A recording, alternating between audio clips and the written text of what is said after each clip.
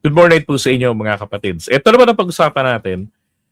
Sinabi ni Attorney Torion na na kay PBBM, kay Boying, no, bagong ombudsman natin, eh pwedeng ipa-impeach at merong ibang mga nagsasabi dapat ipa-impeach na nga si Boying Rimulya. Ako naman naniniwala ako na hindi nila magagawang ipa-impeach o baka kahit sampahan man lang ng kasong impeachment si Boying Rimulya. Maring inaasahan nila itong gawin kung ang maging presidente ay si Sara pag minalas ang Pilipinas. Yung mga ganyang galawan, ganyang mga offense, sabihin natin offense, is that pwedeng maging ground para ma-impeach si Ombudsman Boying? Supposedly, of course, that's betrayal of public trust. That's a Paano naging betrayal of public trust? Dahil lamang po nakipagtulungan o tumulong si Rimulya sa ICC? Di ba sinasabi ko nga po sa inyo, yung polisiya ni PBBM na talagang direkta referring to doon sa investigation ng ICC sa kaso ni Duterte. Sinasabi ko nga sa inyo, nagkamali dyan ang ating Pangulo. Sorry bayaran kasi ako ni BBM ng ating Pangulo. Bayaran niya kasi ako, kaya sinasabi ko sa inyo, mali yung kanyang polisiya na hindi makikipag-cooperate sa ICC dahil wala na silang jurisdiction.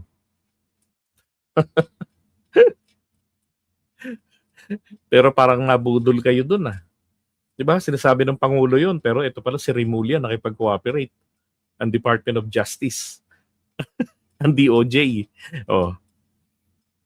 Alam nyo, yung sinasabi na papa-impeach, naalala ba ninyo yung ruling ng Korte Suprema? Ang sabi nila, sa pagpapa-impeach, dapat yung kanyang kasalanan, yung kanyang paglabag, ay nangyari sa panahon ng kanyang panunungkulan. Diba? Happened during his incumbency.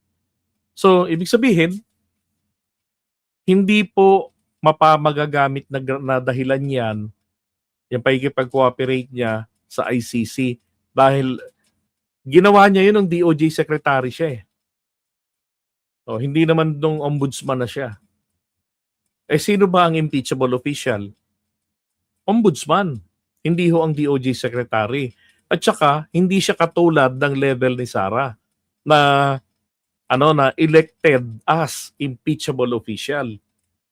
Di ba? Si Boying, he was selected as impeachable official. As ombudsman who happened to be, per Constitution ng 1987, kabilang siya doon sa mga impeachable officers. Tsaka yung pakikipagtulungan, pakikipag-cooperate, man. Maling-mali rito si Dean Torion ng College of Law ng Jose Maria. grave violation of the Constitution because as a public officer, he is supposed to take an oath of office that he will, promise and to implement or to obey the Constitution and the laws of the land. So sa tingin ko, supposedly, there is a ground for impeachment. But then again, I'm not a congressman. If you file a complaint before the House of Representatives now, you need the endorsement of at least one congressman. So, bakit? Meron naman kayong congressman, 3. Di ba? Si Pulong, yung pinsan. Yung Rodrigo Duterte ba yun? Tapos yung apo, anak ni Pulong, yung sa taba. 3 congressman na Duterte. Tapos sama nyo pa yung isa. Diba? Isang congressman din. Apat pa na magkakaalyado kayo dyan. Andiyan pa si Suntay. Pwedeng mag-endorse. Diba? Pwede naman that will be circuitous. But we never know. Baka meron pong mamamayan natin na maglakas loob na mag-file ng ganong kaso po. Pero sa sitwasyon ngayon, sa realidad ngayon, baka hindi tayo uubra sa House of Representatives. Sa akin naman kung legit naman talaga yung laban, bakit hindi uubra? 'Di ba? Ang importante mailatag doon yung ebidensya. Oh. Alam niyo ba na tawag dito etong kaya ko sinasabi na mali ron ang ating pangulo, mali rin po yung sinasabi ni Torion na yan ay tahasang paglabag sa ating constitution. Kasi unang-una, ang Korte Suprema inutos yan dati. Oh. Sinabi pa nga nila na ang Pilipinas daw po ay obligadong makipag-cooperate pa rin sa ICC kahit na pumalas na tayo. Kailan po itong petsang ito? July 21, 2021. Lang nila isinapubliko yung kanilang desisyon. 15-0 po ang desisyon ng Korte Suprema dyan. Lalo na yung nagsasabi nung nakaraan na ang ICC ay isang malaking insulto sa ating judiciary. Shame on you. Hindi nyo naiintindihan ang sinasabi nyo. Nakinig lang kayo sa mga counterparts ko na vloggers sa kabilang kampo na hindi nakakaintindi naman. Eh kung insulto yan, bakit sasabihin ng Korte Supremang makipag-cooperate? Di ba? Common sense. Oh. Di ba? Dapat sila unang kukontra sa ICC sa jurisdiction dito. Kung napifeel ng mga taga-Korte Suprema na insulto. Na yan ay magdudulot ng paglabag sa ating constitution, sa ating soberanya. Kaya maling-mali po si Attorney Torion doon eh. Ano, sabi rin sa balita. The Supreme Court cited the Rome Statutes provision, yung Article 127 yun, that the exit does not affect criminal proceedings pertaining to acts that occurred when a country was still a state party. So sabi sa Tagalog,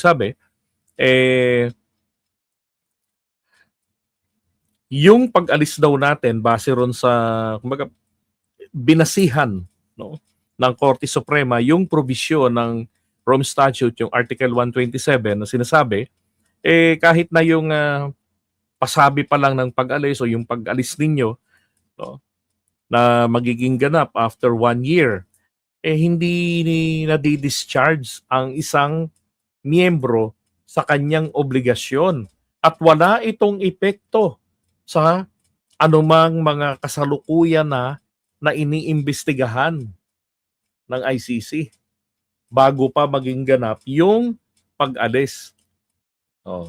At kung wala pong bisa, kung hindi po talaga legit yun, ba't nakakulong si Duterte ron hanggang ngayon? Bakit ang Korte Suprema nung araw na inaresto siya? Kahit sinong korte, walang kusang loob na humarang. Kasi kaya naman ang korte mag-proactive eh. Yung mga ganong klase mga situation na kung totoo na ang kanyang karapatan sa due process ay nawawala, naaapakan because of the Interpol arrest. Di ba? Pwede ang korte na kusang sabihin nila na, oy, mali ang ginagawa nyo, pang-aabuso yan. Meron kaming sariling mga batas. Pero wala hong korte, walang RTC ang gumawa nun. Imagine he was arrested. Anong oras? Alas 10 ng umaga o mga 10:30. Anong oras sila nakalipad? 11:05 ng gabi. Haba ng oras. Kahit na sabihin pa natin mga Korte Suprema nasa Baguio, pwedeng lumuwas. Di ba? Ilang oras lang ang biyahe ron. Pwedeng mula doon sa kanilang venue sa Baguio. Pwedeng naglabas sila ng desisyon. Di ba? Wala eh. Kaya kapag ay sinampa, ako I challenge them, isampa nyo sa impeachment. Para tawag dito, marinig na naman natin yung mga magagandang argumento ni Rufus Rodriguez. Yung magmumukhang classroom na naman ng law school ang Committee on Justice. Yung mga supposed arguments na gagamitin, 'di ba, ng kampo ng Lasara, ilalabas niya na roon para ma-brainstorm. Again, mali po diyan yung sinasabi ni Attorney Torion. Mm. Ngayon, nalala ko lang din, member tayo ng Interpol. So yung warrant of arrest, no, basta dinaan via Interpol, then enforceable yan dito sa Pilipinas. At apparently, sabi ng Dean ng College of Law ng UP, wala raw pong umiiral na sistema na nagbibigay ng kapangyarihan sa mga local courts natin na manghimasok man lamang o manghimasok o i-verify man lang yung ICC warrant of arrest as long as ito ay idinaan sa Interpol. Then ito po ay pwedeng ipatupad. Ibig sabihin, pwedeng mang-aresto ang Interpol PNP dito sa Pilipinas. Okay? Ngayon, ang tanong ko, sige, impeach ninyo si Boying. And what about for Trillanes? Sabi nga ni Trillanes rito, I'm ready to admit, in general terms, na nakikipag-ugnayan ako sa kanila. Hindi ko dinideny yan, pero yung sinasabi nila na nagkaroon ng meeting para bigyan ng pera, hindi nangyari yan. Sabi ng mga ka-DDS natin, nako, aksidente, nadulas ang dila ni Trillanes sa TikTok. Tawa kanina. Inamin niya rin. Nga naman sabi ko, kailan ba naman niya tinanggi yan? And take note, siya ang nagsampa ng kaso laban kay Digong noong 2017. Kaya nga sabi ko nga, nakakatakot tong kalaban si Trillanes. Bakit? Parang ugaling Machiavellian, hindi kanya titigilan. 'Di ba? Kinasuhan pa yan ni Duterte. Binawi pa yung kanyang parol. Talo sila sa Korte Suprema. 'Di ba? Tapos kasong sinampa sa kanya, wala, na-dismiss lahat. Si Digong, ayun, ibon. Plus yung kanyang mga co-perpetrators na karamihan doon nanginginig na sa takot. 'Di ba? May senador nga na nagtatago na eh. Ano makakaso nyo sa kanya? Kung kay Boying nga, hindi ubra eh. 'Di ba? So yung pinaliwanag ko kanina, it also applies to him. Na dapat naman talaga makipag-ugnayan. At yung kanyang pakikipag-cooperate naman. Dapat nga gobyerno ng Pilipinas ang tahasan na nakikipagtulungan sa ICC. Kasi dinesisyonan niya ng Korte Suprema, binaba nila yan. Actually, ang kino-question doon sa pagbaba ng desisyon yung dinesisyonan nila, ang kino-question po doon yung unilaterally na pag-exit ni Duterte sa Pilipinas mula sa ICC. So yun pong residual jurisdiction na meron silang natitira pang jurisdiction sa atin.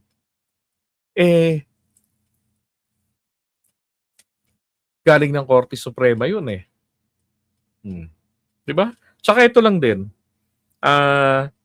Bakit po pumayag tayo? Bakit pa natin pinatutupad yung kinikilala yung residual jurisdiction? Mga kababayan, ang perfect example diyan ganito. Alam niyo yung mag-asawa, magjowa, ikakasal.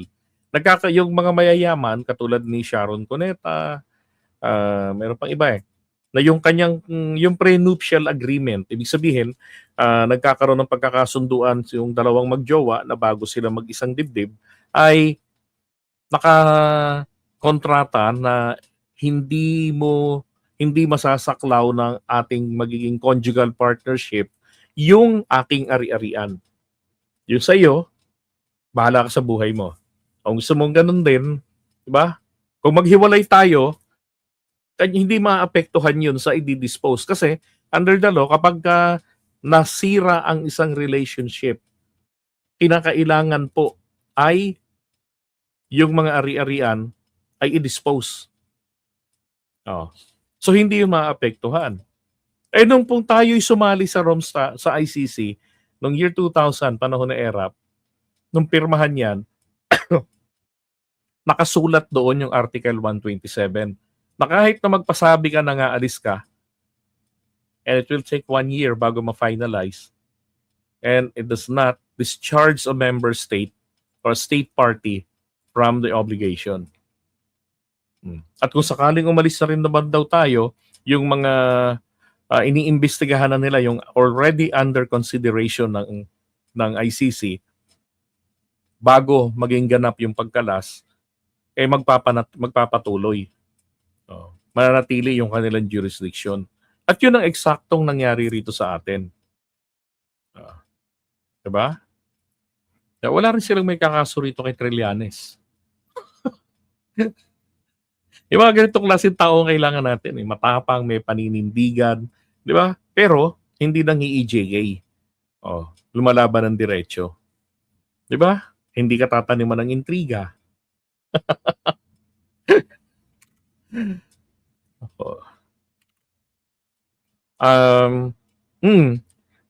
Year 2000 tayo pumasok diyan sa kasunduan sa Rome Statute.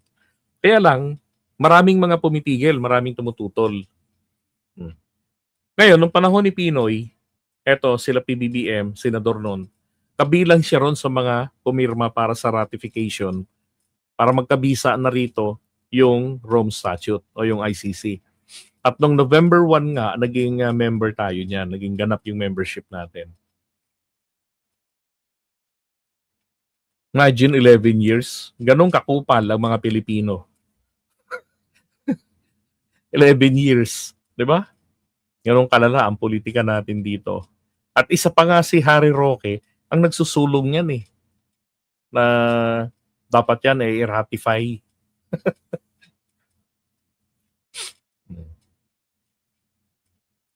Ano yan, bakit ikaw? Ba't wala ba akong karapatan? May utak po ako, gumagana ng maayos. Di ba? Kaya kong sabihin. O ngayon, tanungin ko po kayo. Sa tingin niyo ba makakasuhan si Trillanes? Ano ang kaso na maisasampa laban sa kanya? Sige nga. Dahil sa nakikipagtulungan siya sa ICC. Kapag kinasuhan siya, yun pong pagkasong yun ang kumukontra sa desisyon ng Korte Suprema. 15-0 po yun. Yung desisyon na yun. Diba? Sabi niya, bakit ikaw ang nagsasabi ng di makasuhan si Trilling? Ikaw ba ang hukom? Ang hukom po hindi po nagdedesisyon kung sino po yung makakasuhan. Ang hukom po ay dumidinig ng kasong na isampa ng piskalya sa kanyang sala. Okay? Nagmumukha kang kulang sa edukasyon. Ako, siguro ko po sa inyo, mas mataas po pinag-aralan ko sa inyo. Sigurado po ako dyan. Okay? Ito ang tinatalakay kong ito, maning-mani na nga lang sa akin ito . Ay talaga .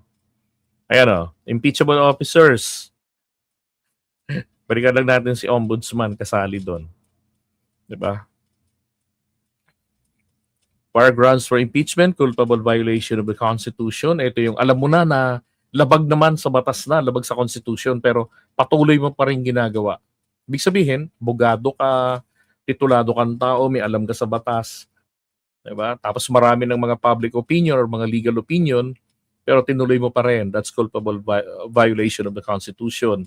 And then betrayal of public trust. Ito yung pagtataksil mo pinagtaksilan mo yung mga yung mga botante, mga nagtiwala sa iyo. Treason, ito panahon lang po ng giyera yan, applicable. Yung pagtataksil sa bayan, pagkakanulo. Ito bribery. Ba? Suhol. Graft and corruption, dali ng paliwanag yan, daling intindihin.